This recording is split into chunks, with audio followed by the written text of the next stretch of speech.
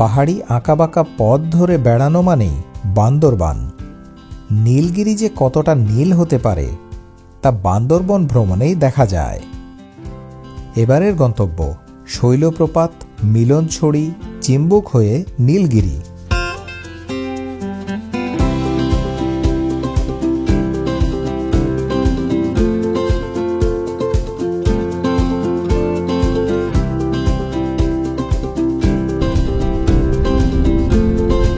অনেকদিন পর বাস যাত্রার জন্য প্রস্তুত হয়ে গেছি। তো আমি বাসে উঠে পড়েছি, ইতিমধ্যে বাসে উঠে যাত্রা শুরু করেছি। আজকে যাত্রা করছি বান্দরবনের উদ্দেশ্যে। এখানে বাসের একদম সামনের দিকে ছোট একটি রেফ্রিজারেটর আছে। এখানে যদি কেউ পানি ঠান্ডা করতে চায় বা তারা হয়তো পানি সার্ভ করে, সেই পানি তারা এখানে রেখে ঠান্ডা করে থাকে। যাত্রা শুরু হচ্ছে ঢাকার কল্যাণপুর থেকে।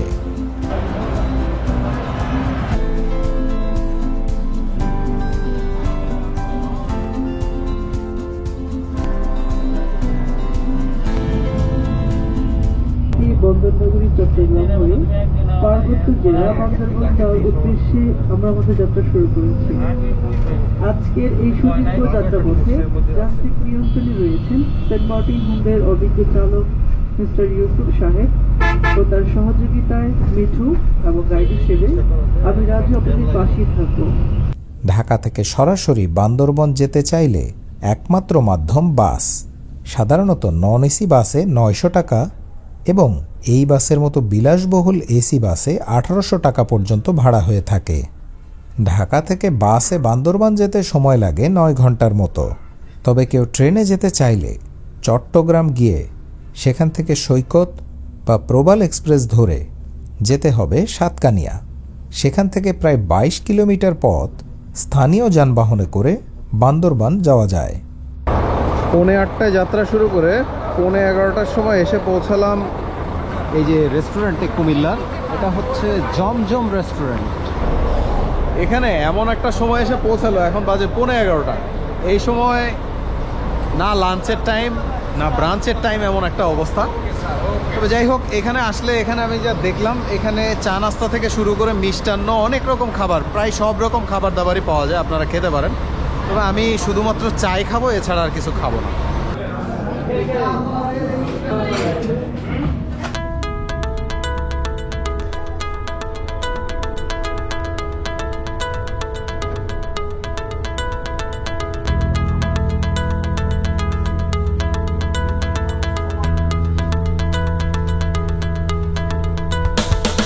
এই হচ্ছে কেরানীরহাটের মোড়।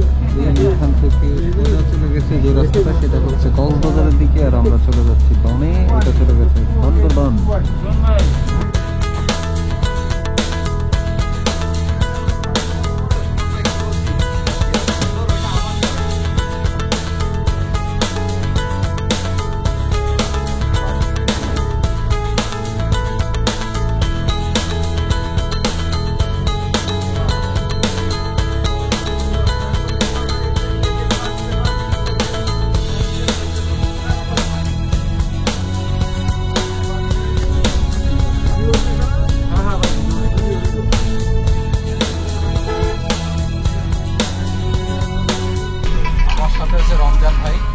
আমার যাত্রা ফুরলো, অনেকদিন পর বাসে যাত্রা করলাম। তো বেশ আরামদায়কই ছিল যাত্রা এই সেন্ট মার্টিন হুন্ডাই পরিবহনে। আর এসে নামলাম বান্দরবানে একেবারে হোটেল হিলটনের সামনে। আর আমি থাকবো হোটেল হিলটনে। হোটেল হিলটন কেমন হয় সেটাও আমি আপনাদেরকে জানিয়ে দেবো।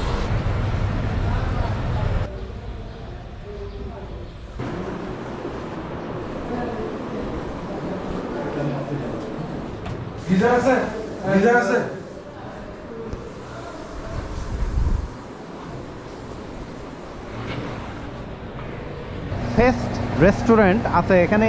Bangla, Chinese, Indian, traditional food সব রকম খাবারই পাওয়া যায়।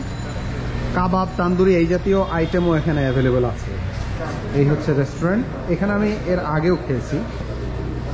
সর্বশেষ আমি যেবার বান্দরবান এসেছিলাম, সেবার আমি ঠিক যখন চলে যাব, মানে রাত্রেবেলা আমার গাড়ি ছিল, চলে যাওয়ার সময় আমি শেষবার এখানে ডিনার করেছিলাম। তো সে খাবার ভালো ছিল। আজকে আমি এখানে বিরিয়ানি অর্ডার করেছি, দেখি তাদের খাবারটা কেমন থাকে। সারাদিন পর এই চিকেন বিরিয়ানি অসাধারণ টেস্ট। ছুটির দিনে ট্রাভেলে আসলে এইরকম ট্রাফিকেরও সৃষ্টি হয় বান্দরবানে। বান্দরবান শহর থেকে নীলগিরি বা যে কোনো পর্যটন স্থানে যেতে চাইলে শহর থেকে চাঁদের গাড়ি ভাড়া পাওয়া যায়। সেখানে ভাড়ার নির্দিষ্ট তালিকা দেয়া থাকে, গন্তব্য অনুযায়ী ভাড়া ভিন্ন রকম হয়ে থাকে। ওঠেন ওঠেন, উঠে যান।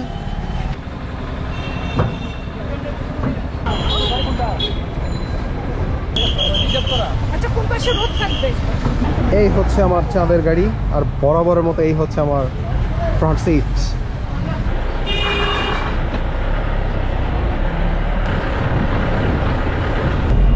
যাত্রা শুরু করলাম নীলগিরির উদ্দেশ্যে বান্দরবান থেকে।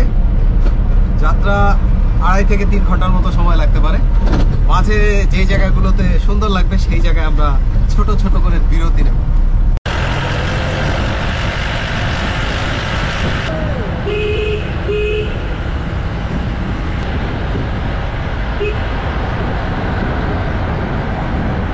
চলে আসলাম মিলনছড়িতে। এখানে নেমে কিছুক্ষণ ফটো সেশন হবে।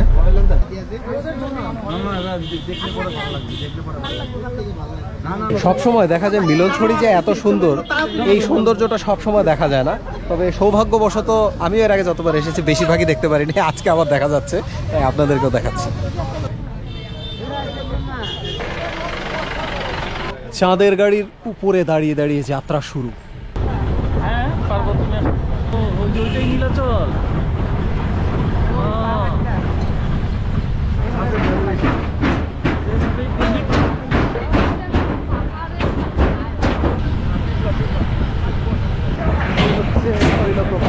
পানি না এটা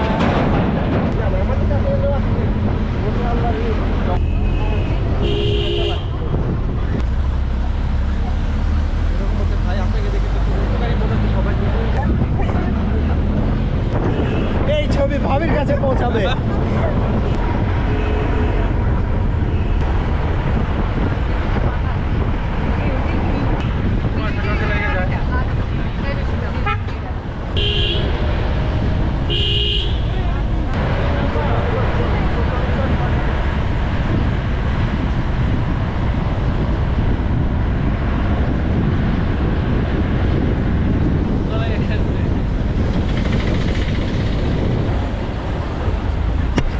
আমরা এগিয়ে যাচ্ছি নীলগিরির উদ্দেশ্যে।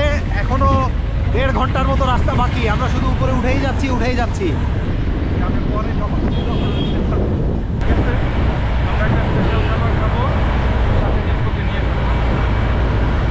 কারো আপত্তি আছে?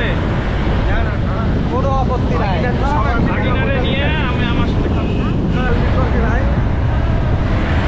ওয়াই জাংশন, এই ওয়াই জাংশন থেকে একটা চলে গেল রুমার দিকে, আর আমরা যাচ্ছি ডানে।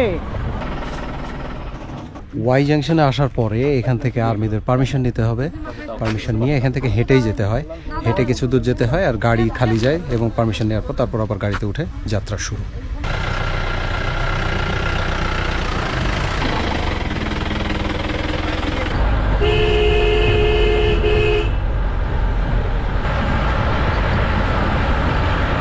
পাহাড়ের ক্ষেত্রে একটা মজার বিষয় আছে। আমি আপনাদেরকে এর আগে সিকিমের ভিডিও যারা দেখেছেন সেখানে আমি বলেছিলাম যে পাহাড় জিনিসটা দূর থেকে দেখতে অনেক সুন্দর, কিন্তু পাহাড়ে যখন আপনি উঠে পড়বেন সেই জায়গাটা ওই জায়গার থেকে দেখতে ভালো লাগবে না।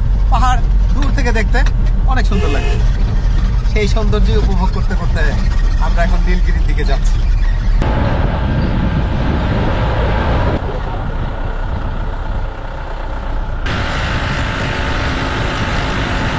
চলে আসলাম চিম্বুক পাহাড়। একসময় ধারণা ছিল এই চিম্বুক পাহাড়ই বাংলাদেশের সর্বোচ্চ শৃঙ্গ, কিন্তু কালের বিবর্তনে হাইট মাপতে মাপতে এখন সাকা হাফং পর্যন্ত, যদিও এটা বেসরকারিভাবে নির্ধারণ করা, সাকা হাফং ধরা হয় সর্বোচ্চ চূড়া। আর তাছাড়া হচ্ছে তাজিন্ডং। তো এখন এই চিম্বুক পাহাড়ের এখানে এসে যারা নীলগিরি বা এদিকে গিয়ে দিনে ঘুরে আসবেন, তাদের ক্ষেত্রে দেখা যায় দুপুরের খাবারের জন্য এখানে খাবারটা ঠিক করে রেখে যেতে হয়। এখানে সেই অনুযায়ী তারা খাবার তৈরি করে। ก็เลยให้ได้บิดตักอะ 20 টাকা।เลยตักอะเด็ดตักอะแล้วชอบดิตักอะเด็กชอบมัน এখানে দারুণ দারুণ পেঁপে পাওয়া যায়, পাকা পেঁপে। অসাধারণ স্বাদ। হ্যাঁ, আপনারা পেঁপে খান।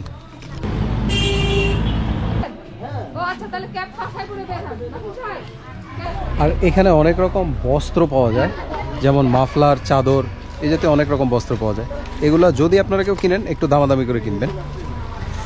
আমি এখান থেকে অনেক আগে একটি মাফলার নিয়েছিলাম, এখনও সেই মাফলারটি আছে, বেশ ভালো কোয়ালিটির।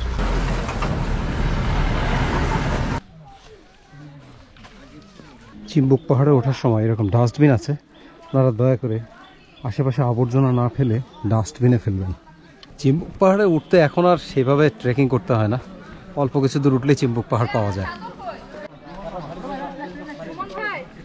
এই হচ্ছে চিম্বুক পাহাড়ের চূড়া, এখানে একটি পর্যটন স্পটের মতো করা হয়েছে। দীর্ঘদিন পর চিম্বুক পাহাড়ে উঠলাম, উঠে আমার অনুভূতিটা বেশ ভালো, মানে ঘুরতে খুব ভালোই লাগলো। চিম্বুক পাহাড় থেকে দেখা সৌন্দর্য। চিম্বুক পাহাড় বা কালা পাহাড় বাংলাদেশের চট্টগ্রামের বান্দরবান জেলায় অবস্থিত দেশের তৃতীয় বৃহত্তম পাহাড় এবং ঐতিহাসিক স্থান। এটি গড় সমুদ্রপৃষ্ঠ হতে প্রায় 2500 ফুট উঁচু। চিম্বুক পাহাড় বাংলাদেশের পাহাড়ি সৌন্দর্যের রানী এবং বাংলার দার্জিলিং নামেও বহুল পরিচিত।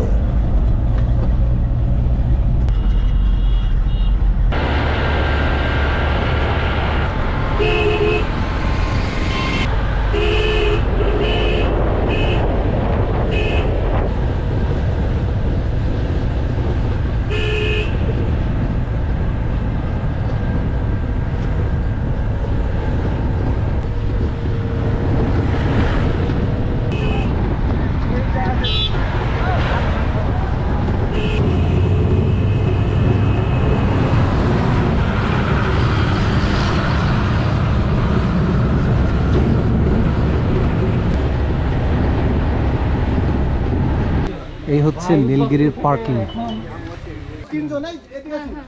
চলে আসলাম নীলগিরিতে, অনেকদিন পরে এসে উপস্থিত হলাম। তো চলো নীলগিরিটা ঘুরে দেখি। সমুদ্রপৃষ্ঠ থেকে 2200 ফুট উচ্চে অবস্থানের কারণে নীলগিরি পর্যটন কেন্দ্র সর্বদা মেঘমণ্ডিত, আর এটাই এই পর্যটন কেন্দ্রের বিশেষ আকর্ষণ। একবিংশ শতাব্দীর শুরু থেকে নীলগিরি ধীরে ধীরে দেশব্যাপী মানুষের কাছে পর্যটন কেন্দ্র হিসেবে পরিচিতি লাভ করতে শুরু করে। পাহাড়ের উপরে পুরো পর্যটন কেন্দ্রটি প্রতিষ্ঠা করেছিল বাংলাদেশ সেনাবাহিনী এবং তারাই পরিচালনা করে থাকে।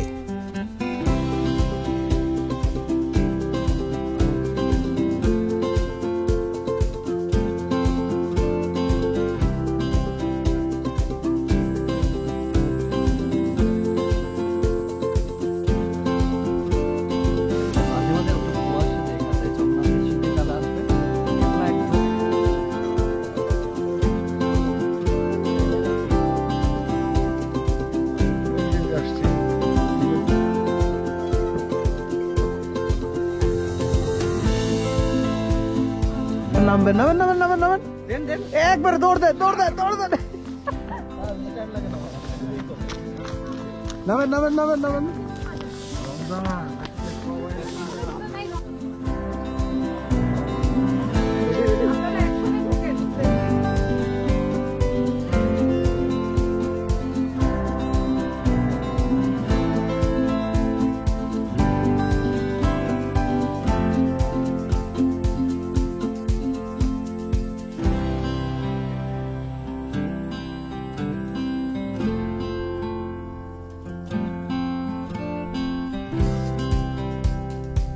নীলগিরিতে এসে আজকে প্রকৃত নীলকে উপভোগ করলাম। আর এই যে এখন আমি হেলিপ্যাডে আছি, হেলিপ্যাডে কেউ নেই। তো বিকালটা আমার অসাধারণ কাটলো নীলগিরিতে এসে। তো আপনারা যদি কেউ ঘুরতে এসে থাকেন তাহলে আপনাদের অভিজ্ঞতা জানাবেন। আর আজকে নীলগিরি থেকে এখন বিদায় নিচ্ছি, কারণ সূর্য ডুবে যাচ্ছে আর কিছুক্ষণের মধ্যেই সন্ধ্যা নামবে।